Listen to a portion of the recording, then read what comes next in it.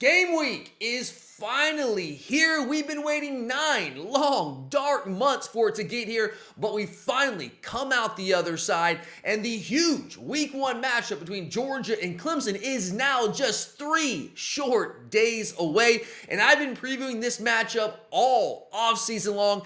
Earlier in the week, I just released my film session deep dive into the Clemson offense. Make sure to check that out if you haven't seen it yet. But now it's time to put it all together with the most in-depth breakdown of this matchup between the Dogs and the Tigers that you are going to find anywhere. From the personnel, to the schemes, to the numbers, to the matchups. I'm breaking it all down here today on the show, so let's get after it. We just stepped on their face with a hobnail boot and broke their nose. We just crushed their face. What's up, guys? I'm Tyler, and this is the Glory UGA podcast, brought to you by our great friends at MyBookie. If you're looking to get in on all the betting action this college football season, just go to mybookie.ag, use our promo code UGA, and you will get a 50% bonus on top of your first deposit for all new users, so don't miss out on that deal. And if you are a die-hard Georgia fan, you've come to the right place. You want to go ahead and subscribe to this channel right now, because this channel is made for you guys, the most diehard Georgia fans on planet Earth. So subscribe, like the video, comment, let me know what you guys think, and most importantly, check out the Glory UGA podcast, the audio side of things, wherever you get your podcast, for a whole lot more coverage of Georgia football this 2024 season. But all right, guys, let's dive into this breakdown of this mega Georgia-Clemson Week 1 matchup. And I want to open with the matchup between the Clemson offense and the Georgia defense. So to really understand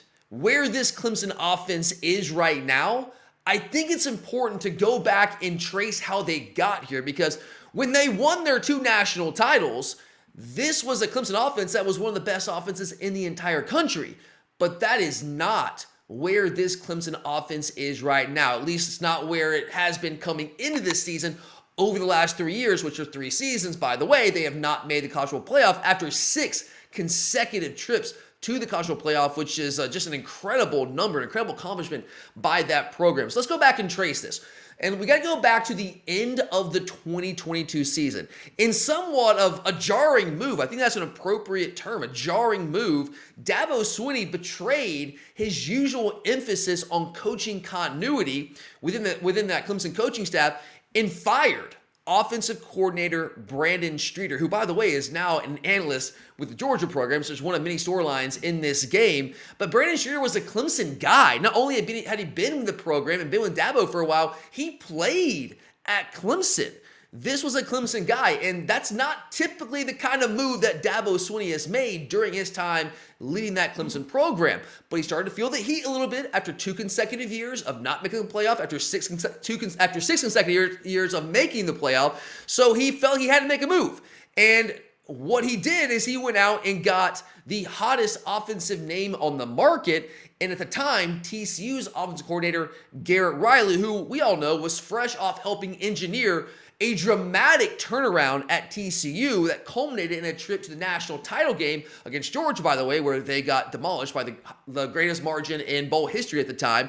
And at the time when they hired Garrett Riley, it seemed like a coup, right? It seemed that stubborn old Dabo was finally getting it, right? Finally starting to adjust his practices to fit this new age of college football, this new modern era of college football. However, that didn't last very long, because year 1 did not go as planned, as Clemson's offense struggled mightily under Garrett Riley in his first year leading the Tigers, at least their offense. In fact, the numbers are the numbers, guys. Statistically, Clemson's offense, not only did it not improve from where it was in 2022, it regressed really across the board statistically when they went from Brandon Streeter in 22 to Garrett Riley in 23. Now, that leaves serious questions about this Clemson offense entering this 2024 season in general, and I do think it leaves serious questions about this Week 1 matchup against Georgia. Now, I will say this,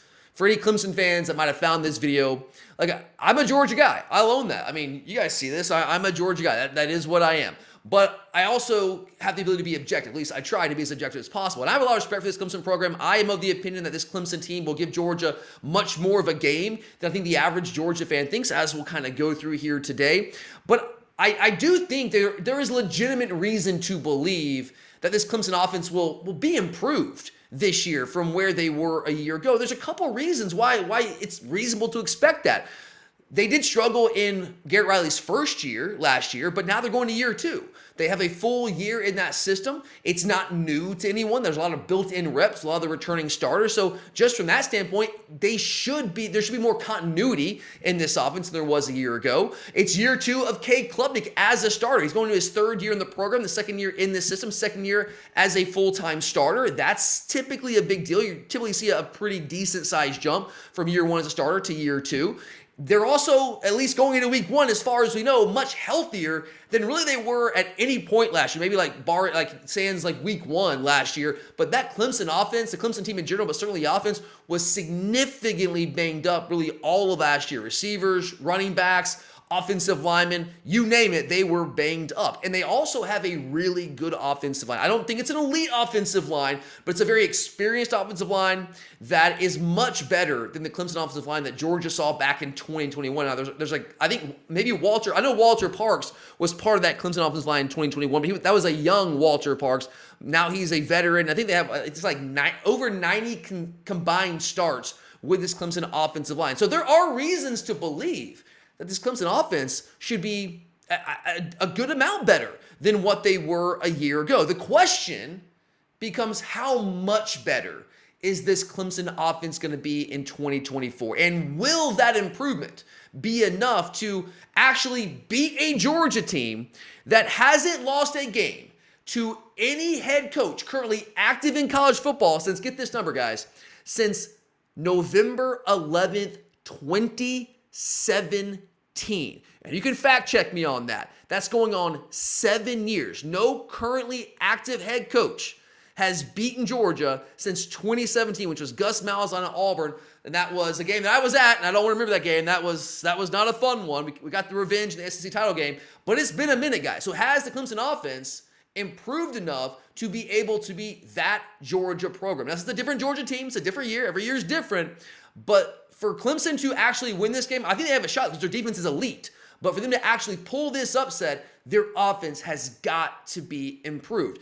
And that's more of an abstract question. Like, look at the offense at large. The point of this episode, though, is to break down this actual game, the actual matchups that will play out on the field between Clemson and Georgia on Saturday inside Mercedes-Benz Stadium. So let's examine how I expect Clemson, their offense, to attack the Georgia defense on Saturday. And if you look at this Clemson offense a year ago, which is what we have to work off of right now, guys, that's the thing about like week 1 games. It's a different year. Yes, it's a different season, and there is some carryover, some of the personnel, but there are new players, there's new pieces, and it's year 2 of Garrett Riley. There's more continuity there. But all we have to work off of right now is what we saw a year ago. Will they change things for the offseason? Will there be some self-scouting? Almost certainly. But right now, all we can go off of is what we saw last year. That's why it's tough for coaches sometimes to game plan for week 1 matchups, because you don't really exactly fully know what that team is going to be this year. So going off last year, their run-pass splits offensively, they were relatively even, but it skewed towards the run. They were 53% run, 47% pass last year. And when you look closer at their run scheme, they were pretty evenly split between the zone scheme and the gap scheme. They were 56% zone, a little bit heavier on zone, but 56% zone, 46% gap. Phil Maffa, who is 100% going to be their feature back this year. Will Shipley is gone. Maffa really kind of became the feature guy the last month or so of the season last year and played really, really well the last month and kind of became their top guy offensively. Well, he is the guy right now. And if you look at what they did with him last year, 53% zone runs for Maffa, 47% gap schemes. Now, when they run zone, since they do lean a little bit more heavily towards the zone, it's primarily split zone. That's really their zone run play. That's their go-to zone run play. And they have a couple of plays that they can run off that, some constraints, some RPO stuff with a tight end. They have some play action off that. But when they run zone, it's typically split zone with an H-back. That's usually what they do. Now, their gap scheme It's either counter power, which I kind of look at as the same play because it's blocked the same way. It's counter power, like GT counter, GT power, or it's duo, which kind of looks like inside zone, but you're getting more vertical push, you're getting double team. So I consider it more of a gap scheme than I do a zone play, even though it kind of on the surface looks like a zone play. Now, as a running back, I personally think Maffa is a better gap scheme runner. I know they went a little bit heavier on zone scheme with him last year. I think he's a better gap scheme runner. I think he runs power and counter better because he's got great vision. Now that helps off, don't get me wrong, that helps with zone runs too, but he has great patience. That's one of his top attributes. He does a great job of letting those pulling the guard and the tackle set up, he does a great job allowing them to get out there in front of him, and he sets up those blocks and picks the hole based on the leverage of where the defenders are in relation to where those pulling guards and tackles are. He does a great job with that. I think he's a better gap scheme runner. He can certainly run the split zone. He does that well. He doesn't have that extra gear of explosiveness, so that's why I don't think he's an elite zone runner. Like, he doesn't have that plant one foot and just accelerate. He doesn't quite have that. But he's a good running back, and he can run both of them very, very well. There's not one that he's deficient at. I just personally think he's a better gap scheme runner. And I'll give Garrett Riley this. One of the things, I mentioned this on the episode I did earlier in the week on Sunday, where I broke down the entire Clemson offense. So I'm breaking down the Clemson offense here to a degree. I went way more in detail on that episode, so make sure to check that out if you want more detailed information. That was a film session, by the way, so I got a lot of film cut-ups that I spent the whole summer kind of putting together and finding, so check that out. But one of the things I talked about is how Garrett Riley does a really good job of dressing up plays. Their run scheme is pretty basic, guys. I mean, there's only a handful of plays they really run. It's split zone, it's counter power, and it's duo. They'll throw some quarterback run game, some zone read, maybe some quarterback counter in there occasionally, but their scheme is really 3 or 4 core run plays. But it seems like it's a lot more than that because he does a great job of dressing it up using different formations, personnel groupings, motions, the like, right? So he does a good job of that, and it can be confusing for defense, especially for young defenses, and get their eyes in the wrong spot, have them guessing, have them thinking too much out there, and create hesitation, and can potentially create run lanes for them to exploit. So does a great job with that. And again, like I said with Maffa last year, not only did he become their feature back late in the season, I truly believe he became the feature player on that entire offense. He averaged nearly just a hair under 24 carries a game over the last 4 games of the regular season, that last month of the regular season. And he is very good, guys. Phil Maffa is an awesome running back. He's from Grayson High School, which is not too far from where I grew up. I know it very, very well. As far as we know this year, they don't really have anyone else in that running back room that really comes close to Phil Maffa's talent level. Like last year was kind of a 1-2 punch when they were healthy with Phil Maffa and Will Shipley. Will Shipley entered the season as their feature guy, got banged up some. Phil Maffa came in, played really well. And Shipley came back, Maffa, he played so well, you still kind of got to feature him to a degree. So with those two, he was never the feature guy when they were both healthy. When Shipley went out with injuries, concussions, and I think a back injury, then he kind of became that guy. Well, this year, Shipley's out of the equation. And I look at that running back room, and maybe somebody will emerge. It's always a new year. You never know. But based off what we know at this point, Phil Maffa is the guy. There's no one that's really on that level. So I fully expect him to, if he got 24 carries a game the last month of last year, I expect that to kind of be the same way they approach it this year. And as a runner, he's a big, very physical guy. He's 6'1", 230. So kind of the way I described it earlier in the week is for Georgia fans, he's kind of like Roderick Robinson-esque. Rod's a little bit heavier, but they're similar body type, similar running styles. He actually averaged 3.67 yards per carry after contact. So he has that power ability, has great contact balance. Now, the other thing about him, though, yes, great power, great contact balance, really good vision, great patience, and really good feet. He's got great footwork, very light-footed out there, but he's not a burner. He's not a home run speed guy. There's a couple clips I had out there on the offense breakdown that I did where you can see, most running backs, they're gonna house it 60, 70 yards. Not Maffa. He might bust it for 20, 30, but he's going to get caught. He just doesn't have that extra explosive gear, but it doesn't mean he's not an effective running back. He's still a very, very effective running back. And he's, again, more than capable of biting off big chunks 20, 30 yards. He did have 22 runs of 10 or more yards last year, just didn't have a ton of those 40, 50, 60-yard runs. So with all of that, I fully expect Clemson coming to this game on Saturday to once again feature him in the run game like they did the last month or so of the season last year. Now, the problem for the Clemson offense is that their passing game a year ago just simply had no explosive element to it whatsoever. They just could not create explosive plays in the passing game. They just really could not remotely threaten teams vertically down the field. Get this, a full 63% of their passing attempts last year were under 10 yards. 63%, guys, were thrown under 10 yards. Beyond that, they were 109th nationally in pass plays of 20 or more yards, 118th nationally in pass plays of 30 or more yards, and 119th in passing plays of 40 or more yards. To give you a little reference here, to kind of compare that, to give you an idea like where that sets up against a team like Georgia, who they'll be playing on Saturday. Well, Georgia had 30 passing plays. Or I'm sorry, Clemson had 30 passing plays of 20 or more yards. Georgia had 65. More than double what Clemson had. Clemson had 12 passing plays of 30 or more yards. Georgia, 29. Again, well more than double what Clemson had. Clemson had 4 passing plays of 40 or more yards. Georgia had 16. 4 times as many 40-plus yard passing plays as Clemson had a year ago. Georgia's offense was explosive. That's why Carson Beck averaged over 9 yards per attempt. Clemson's offense, not so much. Now, they do have a veteran offensive line, okay, as I mentioned earlier. Here, I got the number right here. 93 career starts among that offensive line. I think you have 3 guys with over 25, over 20 starts. They also have a top 10 to 15 running back. I think that Maffa, I think that's fair, a top 10 to 15 caliber running back in the entire country.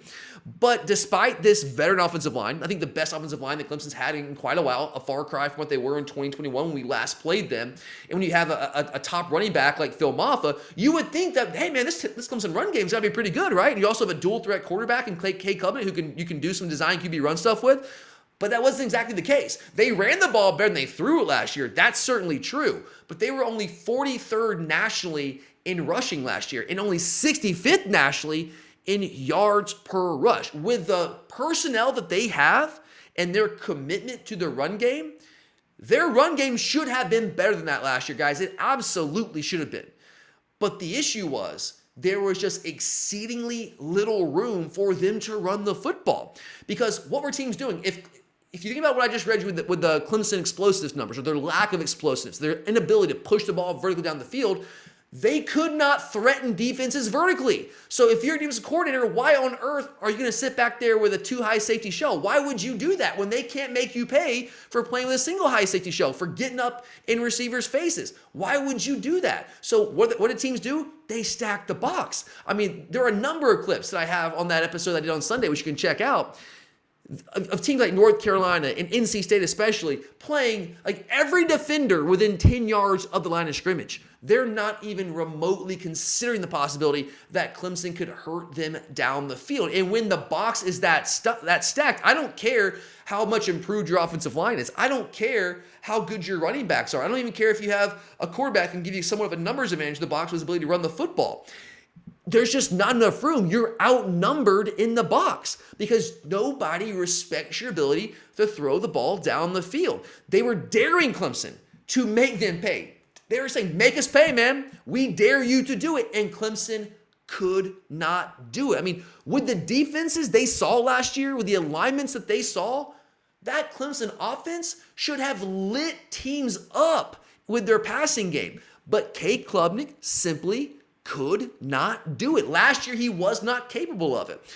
And look, he might be improved this year. He might be. But again, all I can say is what we saw last year, man. I spent the entire offseason breaking down every single game that Clemson played against Power 5 opponents last year. Watched most of those games multiple times. I charted every single one of them. And I'm just telling you, man, like it's not me hating on Cade Klubnik. This is me just telling you. The guy wasn't good last year. And Clemson fans, you can disagree with me all you want. You can call me a homer if you're watching this. But if you're being honest with yourselves, you were probably saying the exact same things last year. I mean, how could you not? The guy wasn't good. I mean, let me give you some more numbers here. If you look at the quarterbacks from the top 6 teams last year and those college football playoff rankings going into the playoffs, so it's the 4 teams that made the playoffs, and you look at Georgia and Florida State, and you throw Cade Klubnik in there. If you look at those quarterbacks from the top 6 teams, plus Cade Klubnik, I got the numbers right here. So Florida State, they threw the ball 20 or more yards down the field on 17.8% of their passes. And when they threw the ball 20 plus yards down the field, they graded out at 91.8. Alabama, Jalen Milroe, not a great passer, was a better deep ball passer than he was anything, but they threw the ball 20 or more yards on the field, 23.5% of their passes last year. And when they did it, they were very effective with a 96.9 grade. Michigan, 13.8% of their passes. I mean, they ran the ball a lot, but still they had almost 14% of their passes go 20 or more yards down the field, had a 93.1 grade when they did so. Texas, 12% of their passes, 20 or more yards down the field, 90.9 grade. Washington, 21% of their passes were 20 or more yards on the field, 93.5 grade. Georgia, 13% of their passes, 91.5 grade. Clemson and K. Klubnik, only 9.1% of their passes a year ago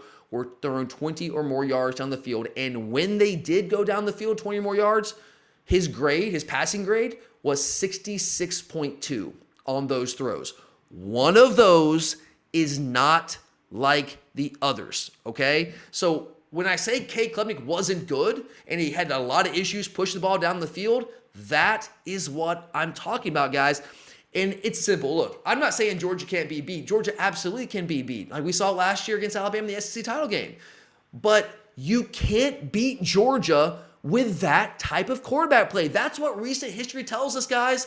That's what it tells us. To beat Georgia, you have to have like Bryce Young caliber quarterback play, CJ Stroud caliber quarterback play. Even though they obviously didn't beat Georgia, they came really close, right? And while Jalen Milroe might not be consistently elite, he has that ability to push the ball vertically down the field, and he was like sixth in the Heisman voting last year. So with a guy like K. Klubnik, the way that he played last year, I'm sorry, you just don't beat Georgia with quarterback play like that. And again, not only did Clemson have a lower percentage of their throws 20 more yards down the field, they were far less efficient when they did try to throw it down the field. And the question becomes like, why?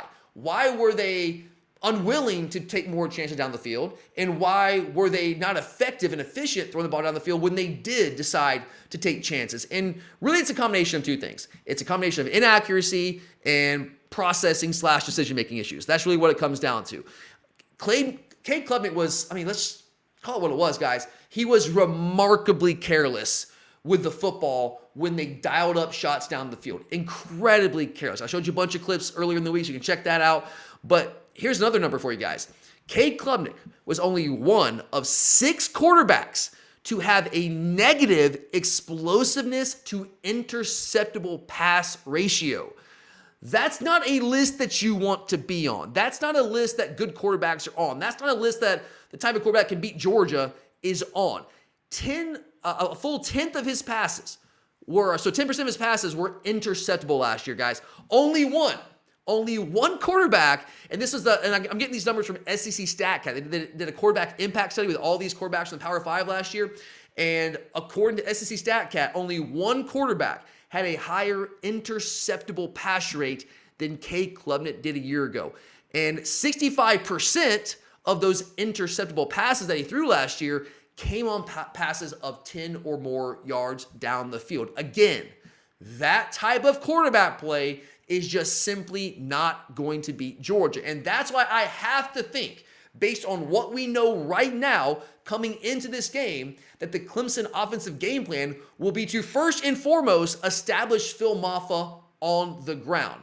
And really, I think they're going to try to do what they did offensively last year. They're going to try to run the football. They're going to use the screen game and the quick passing game, which they leaned on heavily last year, to stay ahead of the chains. And I will give Klubnik this. The one throw he throws exceptionally well is a slant route. So they're running some dragon concept or just some basic like slant flat stuff.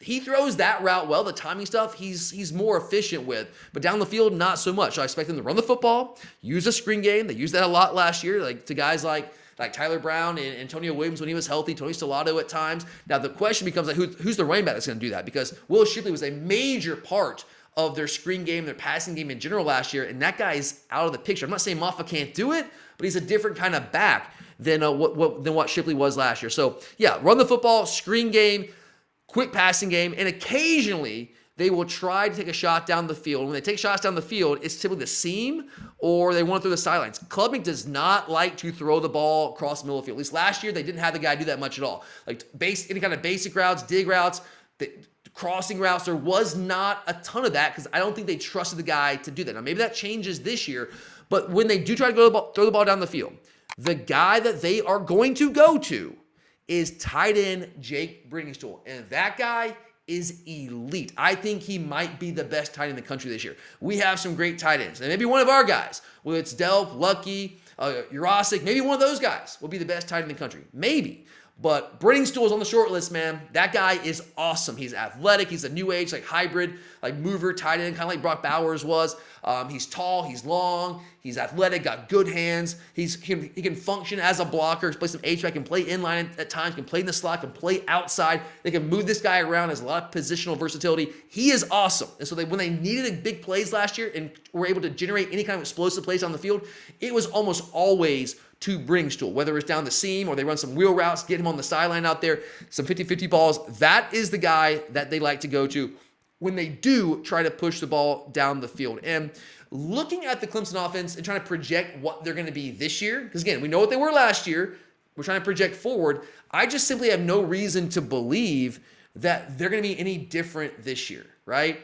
Because it's largely the same personnel. If you look at what they have coming back, yes, they lose Will Shipley. They had a lot of injuries they dealt with last year, but it's largely the same receivers. You throw in a couple of talented freshmen, TJ Moore and Bryant Wesco, who Clemson fans think will make an impact in week one, and maybe they will. Who am I to say they won't? But you never really know with true freshmen. I don't know if you want to be in a position to count on that. But then you've got guys like Tyler Brown and Antonio Williams should be back healthy. Tony Stellato, Adam Randall. You got Jake Briningstool at tight end. So it's the same guys catching the football. Phil Moffa's back running the football. Largely the same offensive line, the same quarterback. The personnel in this offense is largely the same as what it was last year. So now the next question becomes, if that's what Clemson's offense projects to be this season and what I think they'll do to try to attack Georgia, what should Georgia's defensive game plan be to slow down and hopefully stop this Clemson offense? Now, to me, it's just me, guys. I don't have all the answers. I'm just giving my thoughts here. It's pretty obvious to me what Georgia should do defensively against this Clemson offense. I think Georgia should largely do what we do, not get too fancy here. I don't think you have to with this Clemson offense, but I would come out and I would play a lot of too high safety looks to open the game. So that would be a lot of cover 7, which is like our quarter stuff, and a lot of 2-man, which is like man underneath, and you got 2 high safeties, right? A lot of that stuff. Now, why would I do that? Why would I do that if I told you guys that, Clemson can't really hurt you down the field, at least they didn't last year. But I think it's important to come out early in the game. Even though I do think they're going to try to establish a run early, I think that Georgia needs to see if we can slow down and stop their running game with even numbers in the box, like we typically have been able to over the past 3 to 4 years. Now, last year, we were not as effective doing so as we had been in years past. We didn't have Jalen Carter. We didn't have Jordan Davis. We didn't have Devontae White. Didn't have those guys, right? But we were still largely effective. We were still a strong run defense relative to the rest of the country, just maybe not quite up to our standards. So I think you have to just see, can you stop the Clemson offense, their running game, with even numbers in the boxes? If the answer to that question is yes, if Georgia can stop Clemson's run game without having to bring extra bodies in the box to keep those safeties high with a too high shell look, I'm just going to be honest, I don't think Clemson has a chance in this game.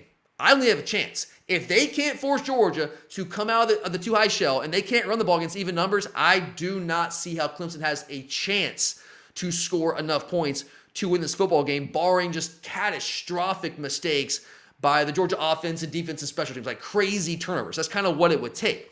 So I think you've got to come out and do that, because I also don't think that Clemson has a ton of players that have proven they can win one-on-one on the outside.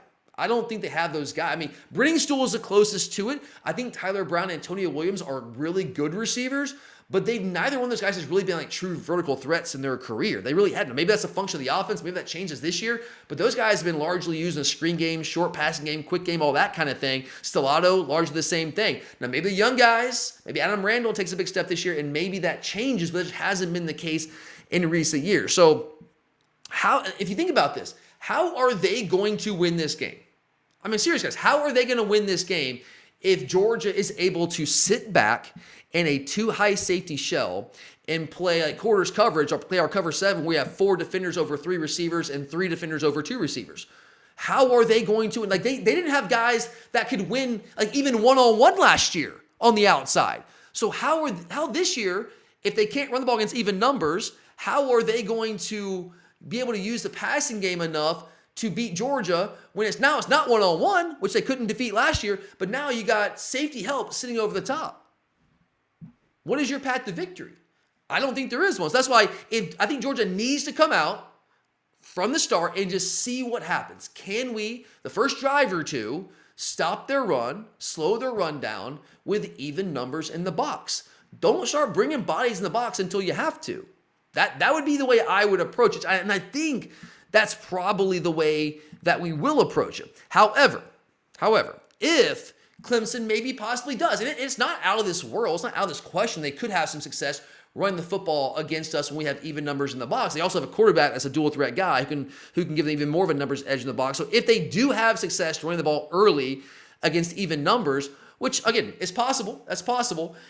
That doesn't mean that now Clemson's going to win if they can do that. It doesn't mean it's a lost cause for the Georgia defense. It just simply means that Georgia's going to have to adjust.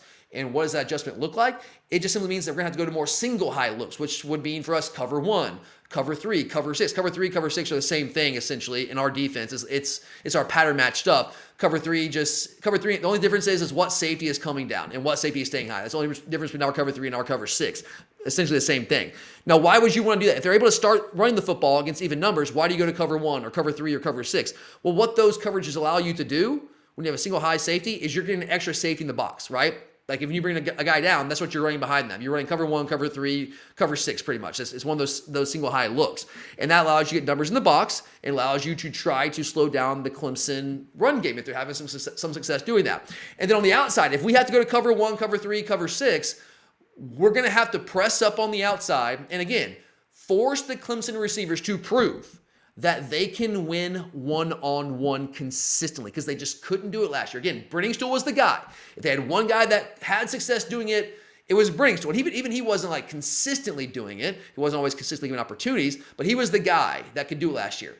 Can Adam Randall do that? Can TJ Moore, the true freshman, the 5-star guy? Can Antonio Williams, can Tyler Brown become more vertical threats? Can they start to do that this year in a way they really haven't in their career? I think you have to make them prove it. Now, maybe the answer is yes. But again, you've got to make them prove it. And if they can do it, if they can do that, and their offense is that much improved, let's say Klubnik's more improved, he's more efficient down the field, and they have guys that can win one-on-one on the outside and create separation, and they're able to run the football against even numbers, well, then that game becomes interesting. And all bets are off. And then it's this could be a recipe for an upset. And Georgia will have its hands absolutely full with this Clemson offense. But again, you've got to force them to prove they can do it because the reality is last year, they just simply could not do it. And along the way, I would also do a lot of this. I would liberally work in some fire zones into the equation. I think we need to pressure Cade Klubnik early and often in this game because Cade Klubnik, he wasn't good under any circumstances last year. That's just the reality. You watch him play, you see that. Look at the numbers, it tells you that. But he was especially bad against the blitz and when he was under pressure. When he had a clean pocket, according to PFF, which, take it for what it is, take it with a grain of salt, but it is a metric. Their numbers are how do they put their grades together? I don't know. There's not much transparency there, but we'll at least use their numbers here. With a clean pocket, according to PFF, Cade Klubnik's passing grade was 76. When he was under pressure, that passing grade dropped to 39. 39, guys. This man just simply couldn't handle it when he was under pressure. And when he was blitzed, he had a 58 overall grade. So what does that tell us? Well, again, it tells us, it kind of just confirms what you see on tape. This guy struggles to process. He gets sped up when he gets pressured. And to be honest, he just panics. He just panics. That's what happens. And he didn't have answers. Like Carson Beck, when you blitz him, you're playing to his hands, man. That's his wheelhouse. Because he has answers for everything that you're going to throw at him. He's a calm, cool, collected customer back there. Now, he's not the creator that Klubnik is, but in terms of seeing blitzes, he knows he can identify him pre-snap. He knows what's happening post-snap. He has answers to everything. He's willing to take the check down. And Klubnik last year just panicked when that happened. So I think that's something that Georgia has to employ early and often against Klubnik. Bring pressure, and we do a lot of fire zone stuff, and that's really effective for us. And here's the thing with that, guys. I think that Georgia in this game simply cannot fall into the same trap that we fell into in the SEC championship game against Alabama a year ago. Let's be real, guys. Let's call it what it is. Like, we don't want to admit it, but hey, man, we got to be objective here. I believe our coaching staff was just straight up scared of Jalen Milroe's legs because we called that game in the first half against Alabama in a very uncharacteristic manner. Very, very different. A far cry from basically how we approached every other single game leading up to that all year long. And so you had to ask why. Why did we not approach it the same way? Well, it's Jalen Milroe's legs. Because at times in the first half, guys, we had 2 spies on him. We were using 2 defenders to spy him, to not allow him to hurt us with his legs. So that means we were essentially rushing 3 men, a 3-man pass rush. And that simply was ineffective against Jalen Milroe. Because, look, I mean, Milroe is not a good passer. Yeah, he can hit the ball vertically down the field. He throws a great deep ball. That's what he does well. Anything else, the guy is highly inconsistent. So he's not a good passer, and neither was Klubnik a year ago. But I don't care who it is. If you give any quarterback that long and that clean of a pocket to work with, you saw against Auburn, right? And that crazy play to end that game. If you give them that long and that clean of a pocket to work with, they're eventually probably going to find someone more often than not. And that hurt us in that first half against Alabama. Now, the second half against Alabama, we went in the locker room, we said, all right, man, screw that. And we threw it out the window and said, we're just going to go back to doing what got us here. And we brought a lot of pressure. We had a lot of success with that, really kind of flustering Jalen Milroe in the second half because we weren't just sitting back and playing passive defense. But at that point, it was too little too late. So do not make that mistake again. Yes, Klubnik is a really good athlete, and he can pick up some yards scrambling with his legs. He can be creative when he gets outside the pocket. Absolutely, he can do those things. So if we pressure him, sure, he's probably going to pick up some yards with his legs at times. He might extend the drive and get a first down a time or two with his legs. You have to understand that probably will happen. But I'm okay with that. I'm willing to sacrifice that because to me, that is far more preferable to the alternative, letting him just sit back there unmolested in the pocket all day long and allow a guy that can't really throw the ball with any sort of consistency pick us apart because he's got no pressure in his face whatsoever, right? So I think we're going to need to pressure him because at some point, what history told us last year, guys, is that Cade Klubnik at some point is going to make a catastrophic mistake if you continue to pressure him, all right? I think that's something that we have to try to force. We have to try to force that issue, and you do that by bringing pressure. And that's something that we were really effective at doing most of last year until we got to the SEC championship game and decided in the first half of that game, oh yeah, we're just not going to do what got us to that point. So that's how, if I'm Glenn Schumann, I'm Kirby Smart, that's how I would attack this Clemson offense and kind of game plan against them. Okay, now let's flip things over and examine the Georgia offense versus the Clemson defense. So I spent a good bit of time there telling you guys I did not think the Clemson offense was any good last year. They weren't, man. The numbers tell you that. If you're a Clemson fan, I mean, you know what you saw, all right? The Clemson offense was not good last year. Will they be better this year? There's a very good chance. There's a lot of carryover from last year. They should be healthy. You got some continuity with the coaching staff now, second year started with a quarterback. But last year they weren't good. However, the Clemson defense, the other side of the ball, very different story, man. This Clemson defense was elite a year ago, and they're going to be elite again this year. I personally believe that this is going to be the best defensive line that Georgia will play all year during the regular season. Now, if we happen to hopefully, maybe, possibly, fortunately, get into the college football playoff, and maybe we play, I don't know, Ohio State, they might have something to say about that. But right now, based on who we know is on the schedule in the regular season, I think this Clemson defensive line will be the best D-line that we play. And honestly, I don't think it's particularly close. I think it's pretty clear this will be the best defensive line that we play. I think they're better than Bama. I think they're better than Texas's defensive line, especially what Texas lost last year. I think they're better than Ole Miss's defensive line. Even though they got a lot of guys from the portal, I still think that this Clemson defensive line is better. I think they're better than Tennessee's defensive line.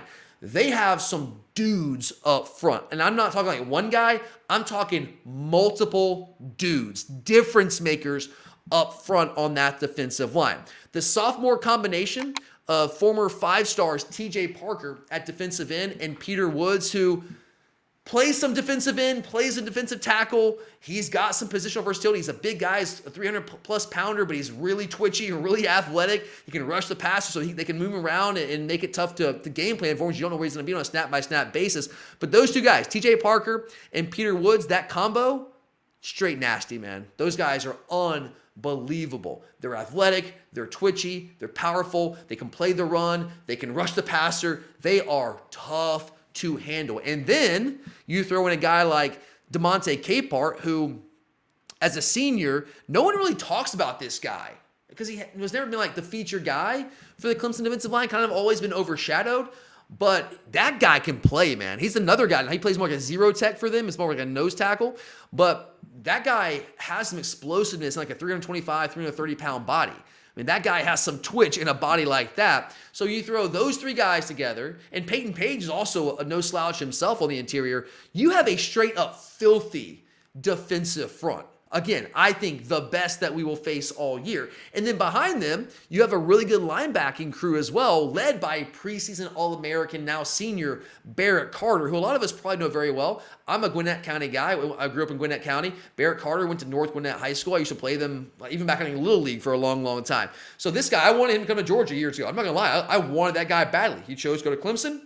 He's had a nice career there. He's a really athletic, instinctive running back, linebacker, a little undersized to be sure, and struggles at times with between the tackles when blockers are coming right at him, but still a really, really, really good running back. And you got linebacker, and Wade Woodaz, who's going to take over for Jeremiah Trotter at middle linebacker. Now, Trotter was awesome last year, guys. I think he might have been, I don't know if I want to say the best player, maybe the most valuable player on that Clemson defense last year. That guy was just all over the place. He was a really valuable blitzer. He was really good against the run. He was good in coverage. He was just awesome for them. Woodaz is really good. I was impressed with what I saw from Woodaz a year ago. I just have a hard time believing that he's going to be able to give them what Trotter gave them the year ago. I don't think he's going to be quite that good. I don't think there's going to be a massive drop-off, but I also don't think that Woodaz is quite the player that Trotter was for a couple years for them. And I think there's also a good chance that we see a decent amount of true freshman Sammy Brown, who is from not too far from here in Athens, just down the road at Jefferson High School. So this is going to be a challenge, guys. With that defensive front, those linebackers, that front six is going to give us everything that we can handle, guys. That is going to be a load to deal with. Now, I love our offensive line. Our offensive line is awesome.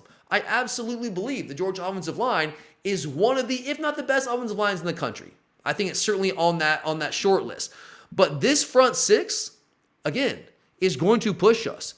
And they may very well be our equal. Again, this is no criticism of our offensive line. I love those guys. I have a lot of faith in them. I just think that highly of this Clemson defensive front and their front six at large. Now, the secondary, I will say, they have some serious questions back there. I have no questions about their front six, really, outside of maybe depth. But their starters, they're awesome.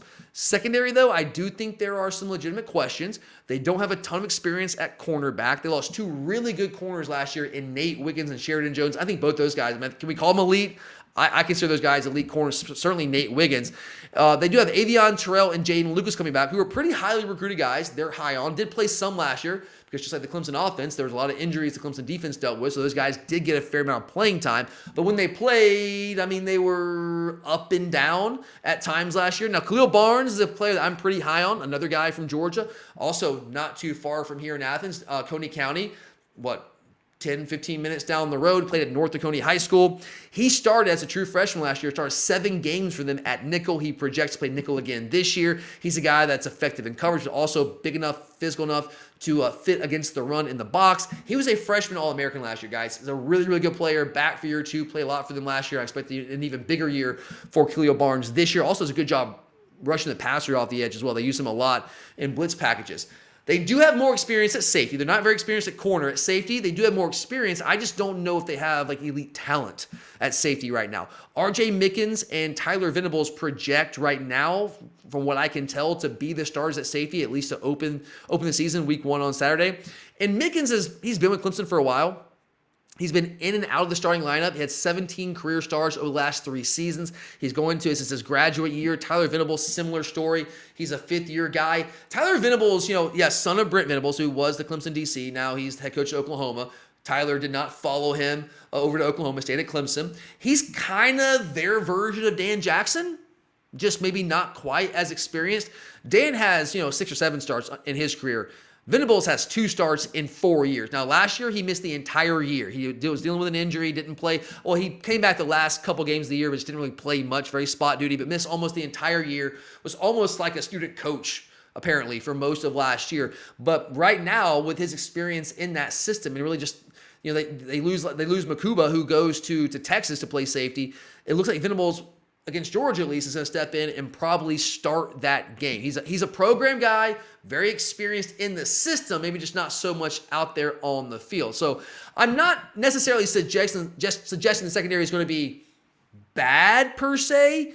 I'm just saying if there are any vulnerabilities on this Clemson defense, that's where they are in the secondary. Because I, again, have very few questions about the Clemson front six, certainly the Clemson defensive line. So that's the personnel. What about schematics here? Schematically on defense, Clemson runs a base 4-3, a little bit different than what we run a lot of even front, but we're a base 3-4, though we don't really ever run our base 3-4. They also bring a lot of pressure under defensive coordinator Wes Goodwin, who took over for Venables when Venables went to Oklahoma a couple years back, especially on third down, man. On third down, they bring it.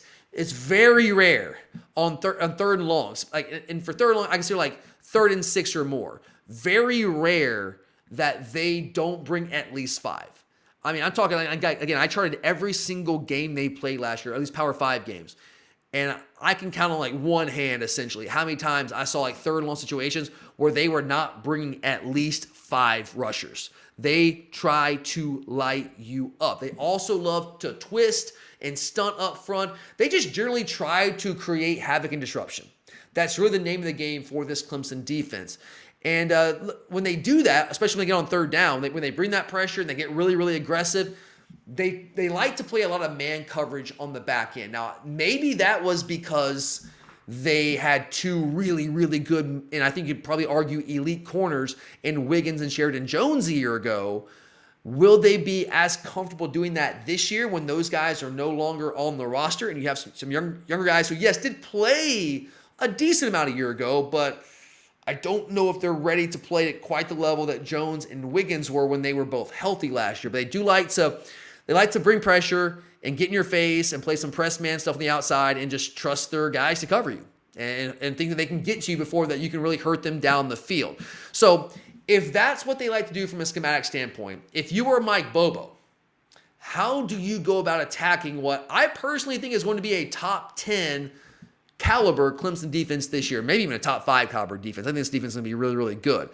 So I just told you, I know I just spent a good few minutes there telling you how dominant their defensive front is, their front 6 in general. So with me saying that and just waxing poetic about how good I think their defensive front is, you would think, man, I don't know. Can we actually run the ball against this team? But as I said earlier, guys, they are good up front, but I do trust our offensive line. I think our offensive line will absolutely, at the very least, hold its own against this Clemson front 6. Now, will we dominate their front 6? I don't know if I'm ready to go that far. I don't think that I would. It's possible. I don't think it's crazy to say that we'll get the best of them, but I think at the very least we can sit here and say we're going to be able to hold our own against that Clemson front 6. And the other part of this too is, guys, I love our running back room. With Trevor Etienne, who it's still kind of somewhat up in the air. Is he going to play? Is he not going to play? Kirby's playing that very, very coy right now. The DUI charge did get dropped, but he did have to plead to a reckless driving charge, which I don't know. It's kind of a nebulous area. It's kind of a gray area there. So I don't know the answer there. But even if Etienne does not play, let's say for argument's sake, let's throw him out. Let's say he's not playing in this game. I still feel good about our running back room. Branson Robinson, I've told you guys, I went to practice. The man looked good. I would not have known he had been injured if I didn't know that ahead of time coming to practice. And everything I've heard since then from people I trust is that he just continues to look better and better and better. I love Nate Frazier. I told you guys, this guy's going to be a breakout star for us. This guy is going to be, in my opinion, I love Etienne. I love Branson. And I know somebody called me and said, what about James Cook? Did you forget about James Cook? No, James Cook was awesome, man. Zamir was awesome. Love all those guys. I love the guys we had last year, right? I love Dejan. I love Kendall. But I think, based on my evaluation, what I've seen of him, I think that Nate Frazier is a projection. I think Nate Frazier is going to be the best running back that Georgia's had, the most explosive running back Georgia's had at the very least since DeAndre Swift. That's my opinion. I think very highly of this guy. Now, I do have some concerns about pass pro as a true freshman. That can be concerning for me, absolutely. But Branson's been in the system for a long time. He's missed all of last year, but he's got those reps back in 2022. He's been healthy all through fall camp, so I feel good there. So I think you got a really strong 1-2 punch running the football. Roger Robinson's out with a turf toe right now, and then behind him, Cash Jones can still play. Man, Cash Jones, I know people write him off. Cash Jones can play. Cash Jones did some good things for us. We got opportunities last year. Chauncey Bowen's another guy as a true freshman that can help us at running back. He was here in the spring as an early enrollee. So I feel good about our running back room, even if ETN can't play or he does not play. And if he does, why would we worry about that? I mean, our running back room would be absolutely loaded. So yes, they're really, really good up front. Absolutely. But running the football is still what this Georgia offense is built on. Now, certainly we throw the ball far more than we used to. And there's a lot of people out there that are still stuck in the past and just can't wrap their mind around the fact that Georgia actually has an elite offense now, an explosive offense that can push the ball vertically down the field. We do that now. We have maybe the best quarterback in the entire country in Carson Beck, which is quite the weapon to have at the most important position on the field. But the core of our offense is still the ability to establish the run and work play action off of that. The run game is still kind of like where it all starts. We want to establish that physical identity. So, you can't allow Clemson's front six, as good as they are, you can't allow them to intimidate you into changing who you are. I think that would be a mistake. You have to run the football, and it's not impossible, guys. It's not impossible to run the ball against this Clemson defensive front, as good as they are. It's not impossible. In fact, if you watch them last year, one of the things I noticed going through my film study all offseason is they're really good up front. They create a lot of disruptive plays, a lot of negative plays, but they also gave up a lot of explosive run plays. And I was somewhat surprised by that. I mean, I watched them a fair amount last year during the season, but not as close as I did during the offseason when I was going back and just focusing on that film study. And I was surprised to see how many explosive run plays they gave up. So I went back and I looked at the numbers last year. I was curious, hey, man, I wonder where do they rank nationally in terms of explosive plays given up on the ground? Because I see a lot of explosive run plays. Well, they gave up 17 rushes of 20 or more yards last year, which was 76th nationally. So kind of middle-ish of the pack there. But it gets worse the higher you go. They gave up 10 runs of 30 or more yards a year ago, which was 104th nationally, 7 runs of 40 or more yards, which was 114th nationally, and 4 runs of 50 or more yards last year, 109th nationally. Compare that to the Georgia defense, which we weren't great defensively last year.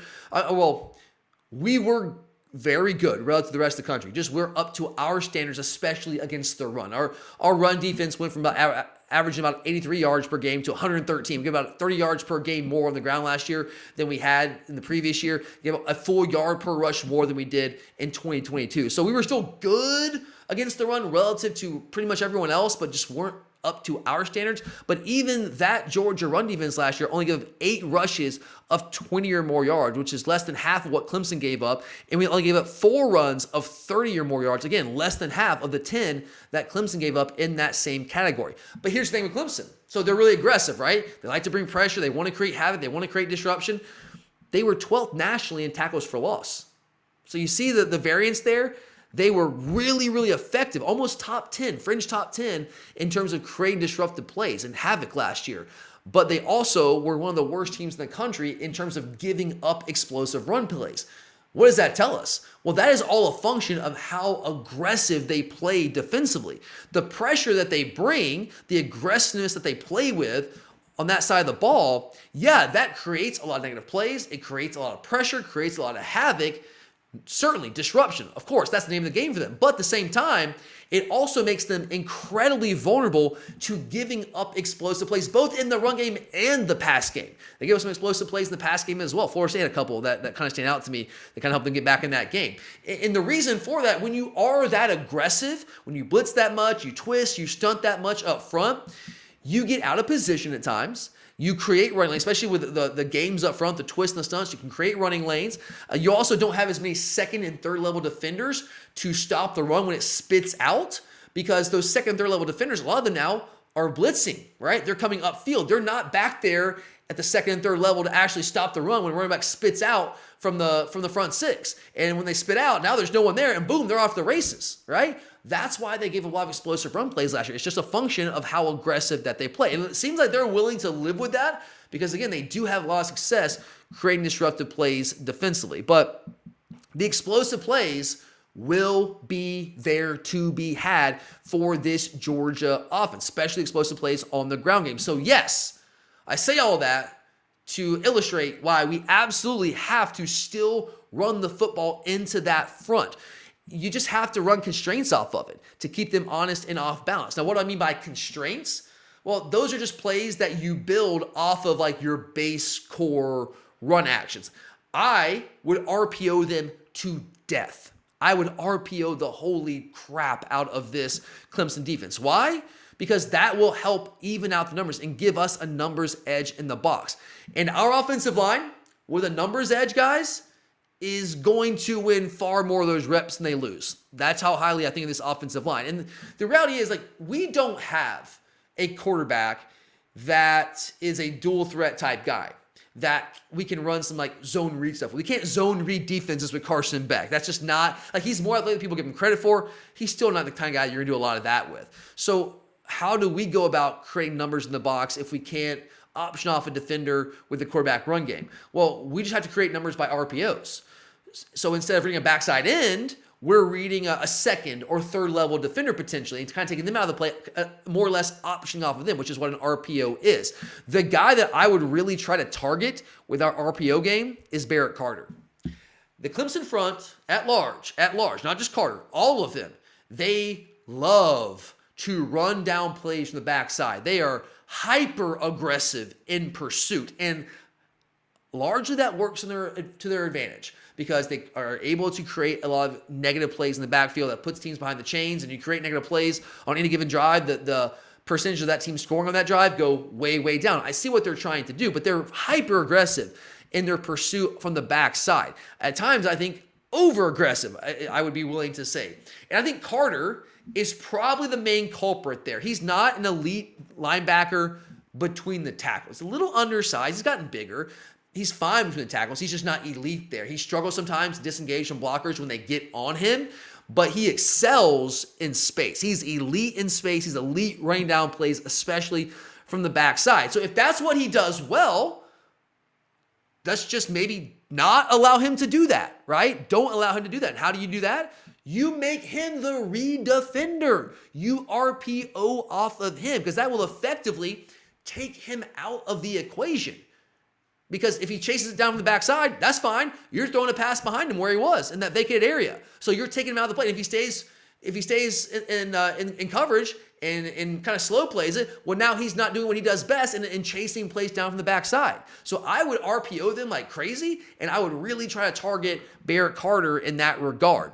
And then the other thing I would do, if we have success doing that, if we can get the run game established a little bit, and if we get them to the point where they got to start rolling some safeties down the box, if that starts to happen, well, then you go to +1 RPOs, which that's pretty simple. It's +1 on the outside.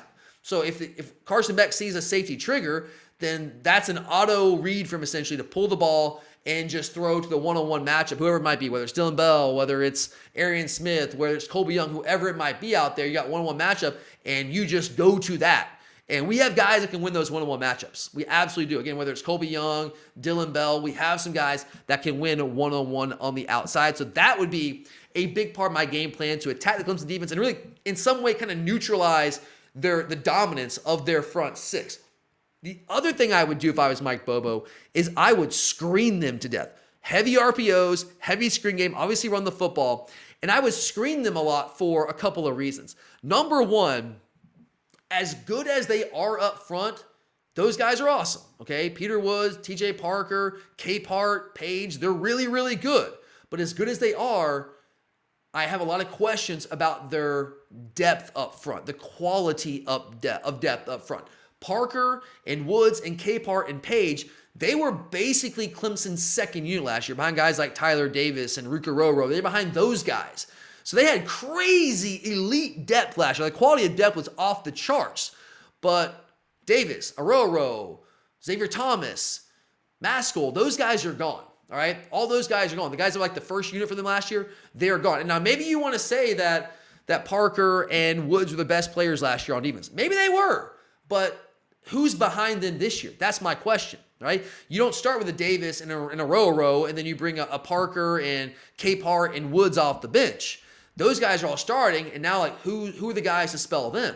are they anywhere near as effective and dominant and good as those guys that start for them on the defensive front? And right now, I need to see that before I believe it. I don't know if they have those guys. Maybe they do, but I haven't seen it from those guys. So if you screen them a lot, you force guys like Peter Woods and K-Park and TJ Parker to chase the ball a lot, right? To pursue the ball a lot.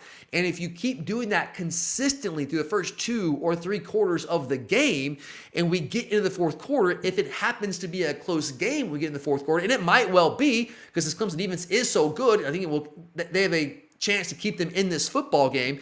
If you get to the fourth quarter and it's a close game, now maybe the Georgia run game starts to open up more in a way that it wasn't early in the game, because those guys are just worn out. They're gassed. They don't have as much energy. They can't play with as much effort as they did in the first half, because they played too many snaps. So I have questions about their depth. And if they bring in those guys in the second unit, can they hold up as effectively as Clemson's second unit did a year ago?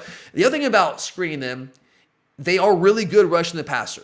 It will slow down their pass rush, right? Guys like TJ Parker, guys like Peter Woods, it will slow down that pass rush, and it will also make them think twice about bringing as much pressure as they typically do. Because as much pressure as they bring, if we can get the right play call at the right moment, the right screen at the right moment, we could house a couple of them. Like we could break off some big chunks of yards. And we also have some explosive wide receivers this year, guys, who I think are dynamic with the ball in their hands in space. Guys like Dominic Lovett, Anthony Evans, I think is going to have a huge year for Georgia.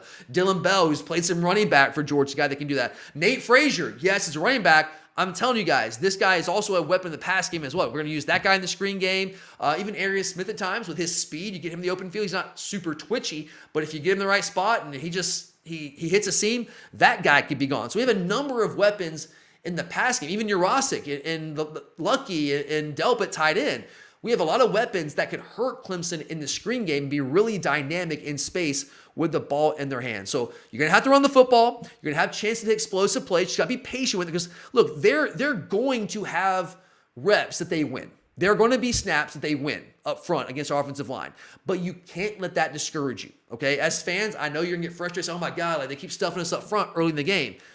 That very well could happen. Understand that going in, because they're really good up front. But also understand that as aggressive as they are, we got to keep running into that, because eventually there's a pretty good chance, if you look at the numbers from last year, that we are eventually going to break one. That could be a game-changing type play. Maybe we break a couple of them. That could be game-changing type plays, and you just can't get one-dimensional against a Clemson defense that good. You got to keep them off balance and do some different things. So you got to run the football. I'd RPO them a lot to try to take back some numbers advantage in the box against that dominant front. I'd identify Barrett Carter as a guy that I'd RPO a lot as the read defender. I'd run that screen game. And, of course, you got to take shots down the field. If they do get in situations where they're starting to bring safeties in the box, well, yeah, you attack them down the field. I think we have some guys that can win. And Carson Beck, I just trust the guy, man. I just trust him right now. He was awesome last year. Pre-snap, post-snap, decision-making, elite. Deep ball accuracy was maybe the question at times, if there was a question. But middle of the field, this guy is just carving people up. So I have a lot of confidence in Carson Beck, and I love the fact that he will be there behind center, kind of being the guy leading the charge. That's what I think, again, will be a very, very good Clemson defense. All right, a couple more things here real quick, guys, and then I will get out of here. Let's talk about special teams real quick. One thing to consider here, in a game of this magnitude, I know it's not a conference game, but it's a huge week one matchup. It could have potential college football playoff ramifications. Absolutely it could. Clemson projects right now to start a true freshman kicker, a guy named Nolan Hauser, who, yes, was the number one kicker in the country on a lot of different recruiting services out there, not universally, but a lot of the services. He was the number one kicker in the country. So I'm not saying he's not a good kicker. I'm sure he is a very good kicker. But in a big game like this is this dude's first game. Now, maybe he has ice running through his veins. Maybe. Possibly. But this is his first collegiate game against the number one team in the country it's not a primetime setting, but it'll be like the feature game at noon. That's a lot of pressure on a young kicker. And if this game does happen to be close late, which again, it could be with how good Clemson's defense is, and they might be able to keep this game relatively low scoring and give their offense a chance to maybe be in it to win it late.